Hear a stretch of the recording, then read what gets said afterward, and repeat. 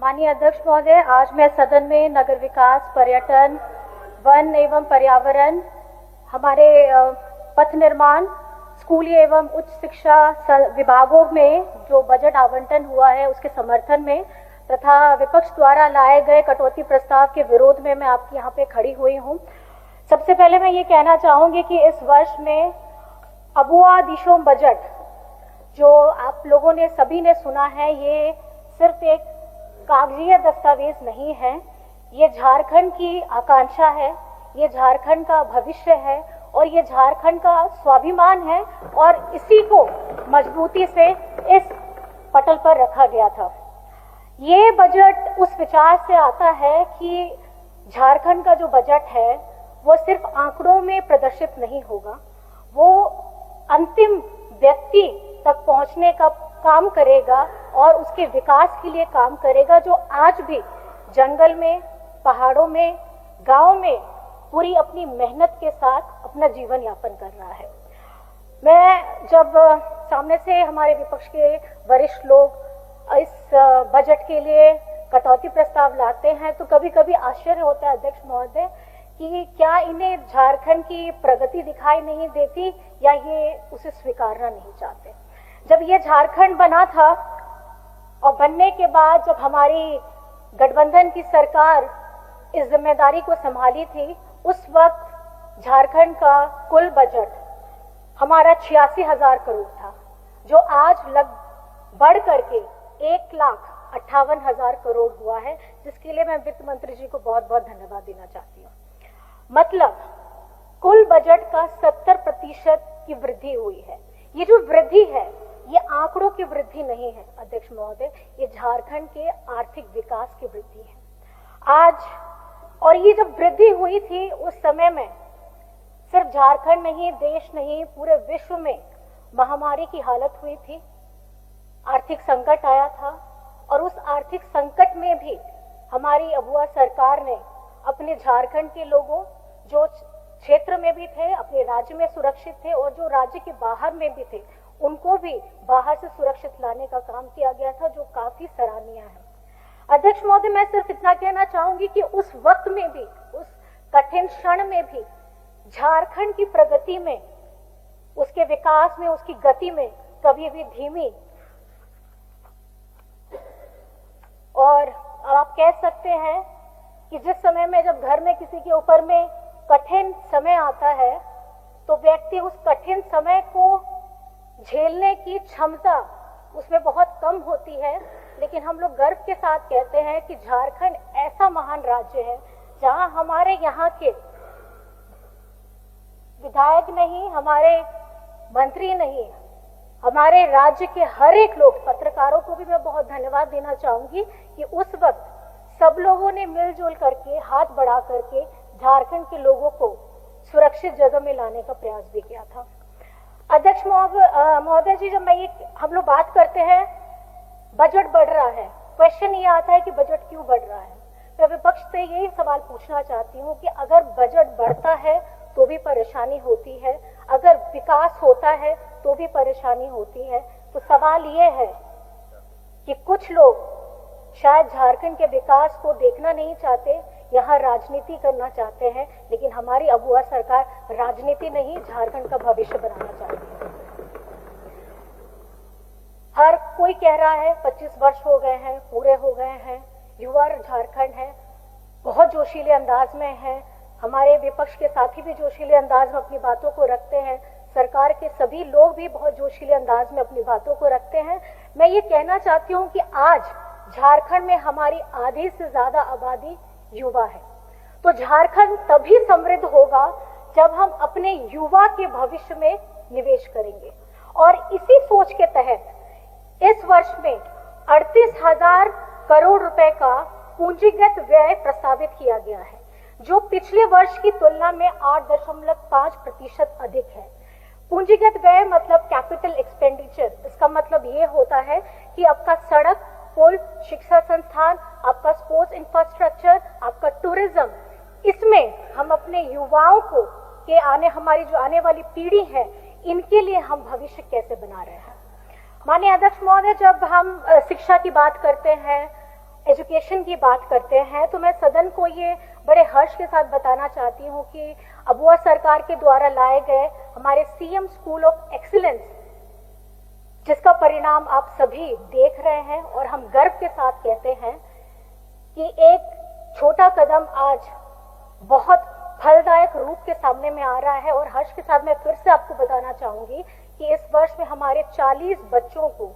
JEE mains के जो देश का प्रतिष्ठित एग्जाम है वो उन्होंने उत्तीर्ण किया है। और अध्यक्ष महोदय, ये वो बच्चे हैं जिनके परिवार,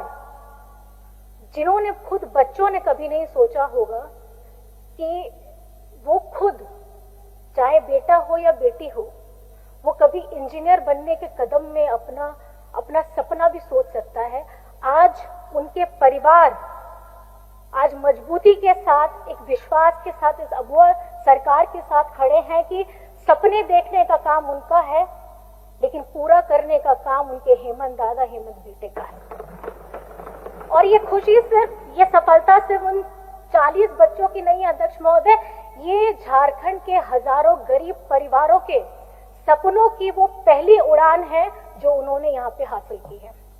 मैं विपक्ष के साथियों को ये जरूर कहना चाहूंगी कि जब नीतियां सही होती हैं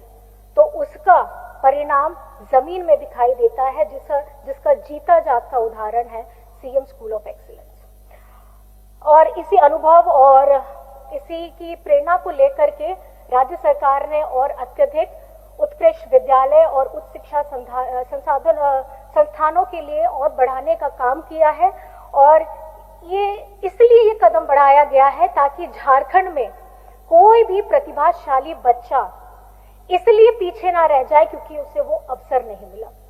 हम जब शिक्षा के क्षेत्र में देखेंगे तो ये बजट, हमारे झारखंड का बजट, ये झारखंड के भविष्य का बजट है अध्यक्ष महोदय। आज झारखंड सरकार ने 100 सीएम स्कूल ऑफ एक्सीलेंस खोलने का प्रस्ताव रखा है। 5 बालिका रेसिडेंशियल, गर्ल्स रेसिडेंशियल स्कूल्स खोलने का प्रस्ताव रखा है। आपका 23 इंजीनियरिंग कॉलेजेस जो GIT, Jharkhand institute of technology के रूप में स्थापित किए जाएंगे, उन्होंने उसकी बात रखी है। 12 डिग्री कॉलेजेस खोलने की बात की है और हर जिला मुख्यालय में 500 सीट्स वाली मेगा लाइब्रेरी खोलने की बात की है। और साथ ही साथ चतरा में डॉक्टर भीमराव अंबेडकर जी के नाम पर महाविश्वविद्यालय खोलने का काम करेंगे। अध्यक्ष महोदय, ये जो निर्णय लिए गए हैं, ये जो बातें कही गई हैं, ये शिक्षा के क्षेत्र के लिए बहुत बड़ी बात है, जो अभी आप लोगों को समझने में हो सकता है कि कागजी बातें लगे, लेकिन ये जब धरातल में आएंगे तो मैं चाहूंगी कि उस समय आप हम लोग के लिए ताली जरूर बजा दीजिएगा। जी आज शिक्षा के क्षेत्र में 18,816 करोड़ रुपए का आवंटन किया गया है। अध्यक्ष महोदय, ये पूरा कुल बजट का 12% है। मतलब झारखंड सरकार मानव संसाधन के लिए कि ये सबसे बड़ी पूंजी मानती है। और अगर आज इस शिक्षा के बजट के लिए अगर आप कटौती प्रस्ताव रखते हैं तो मुझे लगता है कि आप झारखंड के भविष्य में कटौती चाहते हैं। इसके बाद झारखंड को, जैसे हर कोई जानता है कि ये खनिज संपदा से का राज्य है, लेकिन मैं आपको बताना चाहूंगी यहाँ पेड़ पौधे, जानवर, पक्षियां, हमारे प्रकृति, ये एक ऐसा राज्य है जो देश में सिर्फ गिने चुने राज्य है जहां लगातार हरित क्रांति हो रही है और ये और हरा भरा हो रहा है। पिछले वर्ष अध्यक्ष महोदय वन एवं पर्यावरण कार्यक्रम के दौरान 2.4 करोड़ पौधे लगाए गए थे। बिरसा हरित ग्राम योजना के तहत 50 लाख पौधे लगाए गए थे और इस वर्ष 3 करोड़ पौधे लगाने का लक्ष्य रखा गया है अध्यक्ष महोदय। और हमारी सरकार ने लाख को कृषि उत्पाद का दर्जा देने के साथ साथ इसके उत्पादन विपणन से जुड़े हुए जो लोग हैं उनको विभिन्न ढंग से मदद पहुंचाने का काम कर रहे हैं। सारंडा, पाकुड़ और गुमला में इको पार्क और जैव विविधता के पार्क विकसित किए जा रहे हैं ताकि हमारी सरकार विकास के साथ साथ हमारी प्रकृति को भी संरक्षित करे। ये विचार हम लोगों ने रखा है। अध्यक्ष महोदय, जब हम पर्यटन की बात करते हैं तो हर किसी को पता है झारखंड में अपार संभावनाएं हैं। आज रजरप्पा मंदिर के में आने वाले तीर्थ यात्रियों के लिए जो सुविधा का विस्तार किया जाएगा, पतरातू नेतरहाट में स्काई वॉक, आपका चतरा में कोलेश्वरी पहाड़ में रोपवे, पेरवा घाग जलप्रपात में और पांडुपुरिंग जलप्रपात में वहां पर में बेहतर इंतजाम किए जाएंगे। पलामू में के जो मले डैम है, आपके जोना हो गया, आपका ये हमारा जोरा फॉल, हुंड्रू फॉल हो गया, यहाँ पर में अध्यक्ष महोदय स्काई ब्रिज बनाने की योजना की जा रही। तो इस तरीके से अत्यधिक हम लोगों ने पर्यटन को बढ़ावा देने का काम इसलिए कर रहे हैं ताकि ये पर्यटन के साथ साथ हमारे स्थानीय लोगों के लिए एक रोजगार का अवसर भी बन सके। और मैं इसके साथ ये कहना चाहूंगी, झारखंड की ये जो धरती है, ये मानव सभ्यता और इतिहास के, पृथ्वी के प्राचीन इतिहास का एक जीवंत प्रयोगशाला है। कई भू वैज्ञानिकों का मानना है कि अध्यक्ष महोदय, आज का जो हमारा झारखंड है, जो छोटा नागपुर पठार पर स्थित है, ये उन अत्यंत प्राचीन भूभागों में से है जो समंदर से सबसे पहले उभरे हैं। और भूवैज्ञानिक मतलब जियोलॉजिस्ट जो होते हैं, उनके अनुसार जो छोटा नागपुर क्षेत्र है, ये ऐसा प्राचीन स्थिर भूभाग है, ये वो भूगर्भीय संरचना है जिसमें लाखों वर्षों से वन संपदा, खनिज संपदा और जैव विविधता को संरक्षित किया है। झारखंड में इस प्राचीन इतिहास के बहुत सारे उदाहरण हैं। मैं पहला बताना चाहूंगी, साहिबगंज जिला के राजमहल जीवाश्म उद्यान, जिसे हम फॉसिल पार्क भी कहते हैं, ये वो जगह है जहां पर में जो पाए गए जीवाश्म है, जो फॉसिल्स है, वो 10 से 14 करोड़ वर्ष पुराने हैं। मतलब ये उस समय का काल है जब बड़ी बड़ी वनस्पतियां होती थी और वहां पर में डायनासोर का युग होता था। आज ये सिर्फ भारत में ही नहीं, दक्षिण एशियाई के पैलियोबॉटनी और हमारे भूविज्ञान अध्ययन का एक महत्वपूर्ण केंद्र भी है अध्यक्ष महोदय। और इसी प्रकार से हजारीबाग जिले के बड़कागांव क्षेत्र में मिले हमारे मेगालिथ इतिहासकारों के लिए, पुरातत्वविदों के लिए एक महत्वपूर्ण स्थान रखते हैं। ये विशाल पत्थर की संरचनाएं हैं जो हजारों वर्ष पुराने हमारे मेगालिथिक संस्कृति का प्रमाण करती है अध्यक्ष महोदय, जो ये बताती है कि ये जो क्षेत्र है जहां ये सारी चीजें हैं, ये हमारी मानव सभ्यता और हमारे एक प्राचीन इतिहास की एक समृद्ध परंपरा है जो वहां कई वर्षों पहले से थी। इसके अतिरिक्त झारखंड में कई जगह है, जैसे नेतरहाट है, सिमडेगा है, गुमला है, आपका सिंहभूम है। यहाँ भी अलग अलग तरीके की पत्थर की संरचनाएं हैं जो पुरातत्विक और अवशेष पाए गए हैं और इस क्षेत्र के ये प्रागैतिहासिक महत्व को भी दर्शाते हैं। अध्यक्ष महोदय, हमारी सरकार ने, क्योंकि इन स्थलों को एक वैज्ञानिक ढंग से विकसित करने के लिए, जो सिर्फ झारखंड में नहीं,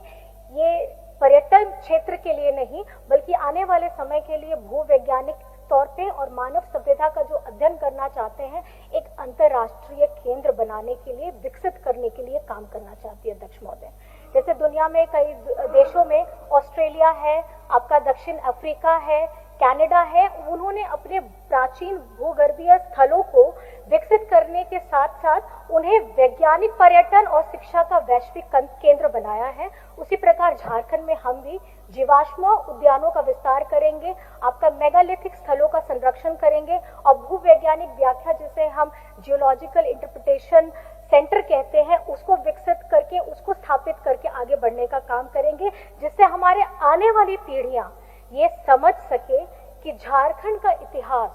और अस्मिता को हमें विश्व मंच तक पहुंचाना है, जहां पर में आप पर्यटन के साथ साथ, शोध के साथ साथ, अध्ययन के साथ साथ हमारे स्थानीय युवाओं के लिए ये एक अवसर पैदा करेगा जहां वो अपने रोजगार का माध्यम पा सकते हैं। अध्यक्ष महोदय, और हमारी सरकार इस दिशा में गंभीरता से काम कर रही है और सिर्फ झारखंड को ये समझा जाता था कि यहाँ खजाना बहुत है, लेकिन खजाना के साथ हम यहाँ पे मानव सभ्यता की ये प्राचीन इतिहास की भी धरती है, जिन्हें हम सभी को बड़े गर्व के साथ अपनाना चाहिए। अध्यक्ष महोदय, किसी भी राज्य के लिए विकास की जो असली रीढ़ होती है वो उसकी सड़क होती है, वो उसकी आधारभूत संरचनाएं होती हैं। जब झारखंड बना था तब हमारे झारखंड में यहाँ पे सड़कों की जो कुल लंबाई थी वो 5400 किलोमीटर थी, आज बढ़ करके 15,000 किलोमीटर हो गई है। और इस वर्ष में 785 किलोमीटर नई सड़कों का उन्नयन मतलब अपग्रेडेशन होगा, 1200 किलोमीटर की जो सड़कें हैं उनका सुदृढ़ीकरण होगा और 35 ऐसे उच्च फ्लाईओवर और रोड ब्रिज का निर्माण करने का लक्ष्य है, जिसका ये पता चलता है कि हमारे झारखंड सरकार इंफ्रास्ट्रक्चर डेवलपमेंट के लिए बहुत काम करना चाह रही है। अध्यक्ष महोदय, इस सदन में मैं एक और महत्वपूर्ण मुद्दा भी थोड़ा उठाना चाहती हूँ। झारखंड में भारतीय रेलवे के 2 सबसे अधिक माल लोडिंग वाले डिवीजन है, पहला है धनबाद, दूसरा चक्रधरपुर। यानी रेलवे को चलाने के लिए झारखंड की बहुत बड़ी भूमिका है, लेकिन इसके बावजूद राज्य में हमें ओवरब्रिज, रेल क्रॉसिंग और हमारे यात्रियों की सुविधाओं की भारी कमी है अध्यक्ष महोदय। इसलिए मैं सदन के माध्यम से भारत सरकार और रेलवे मंत्रालय को से ये आग्रह करना चाहूंगी कि झारखंड की योजनाओं को प्राथमिकता दी जाए और आमदनी और सुविधा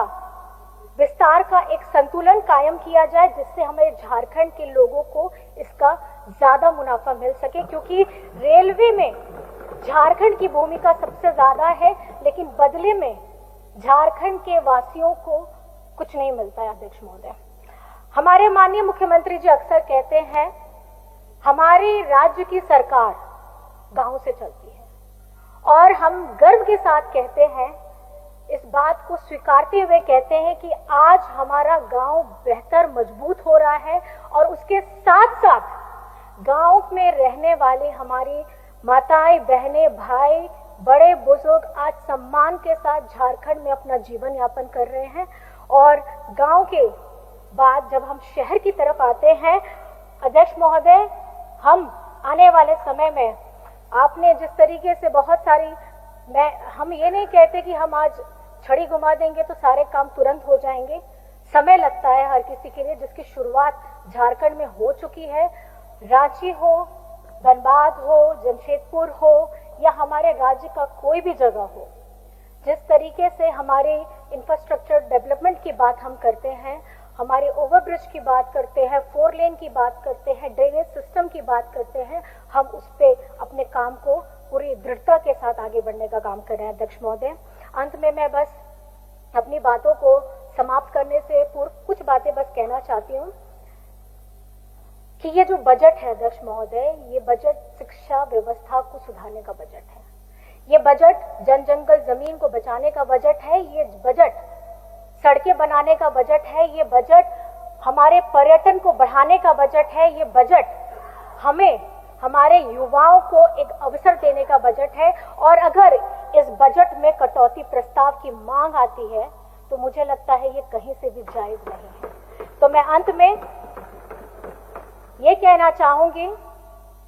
झारखंड के मान, अभिमान, स्वाभिमान, हमारे झारखंड के लोगों के लिए इस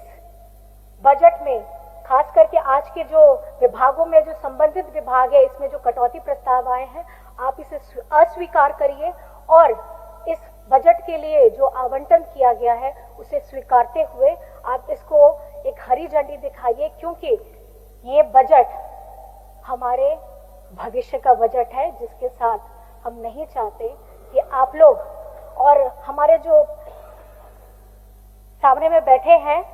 मैं आप लोगों से बस इतना आग्रह करना चाहूंगी कि कटौती प्रस्ताव में हम ये नहीं चाहते कि आप भविष्य में कभी भी कटौती के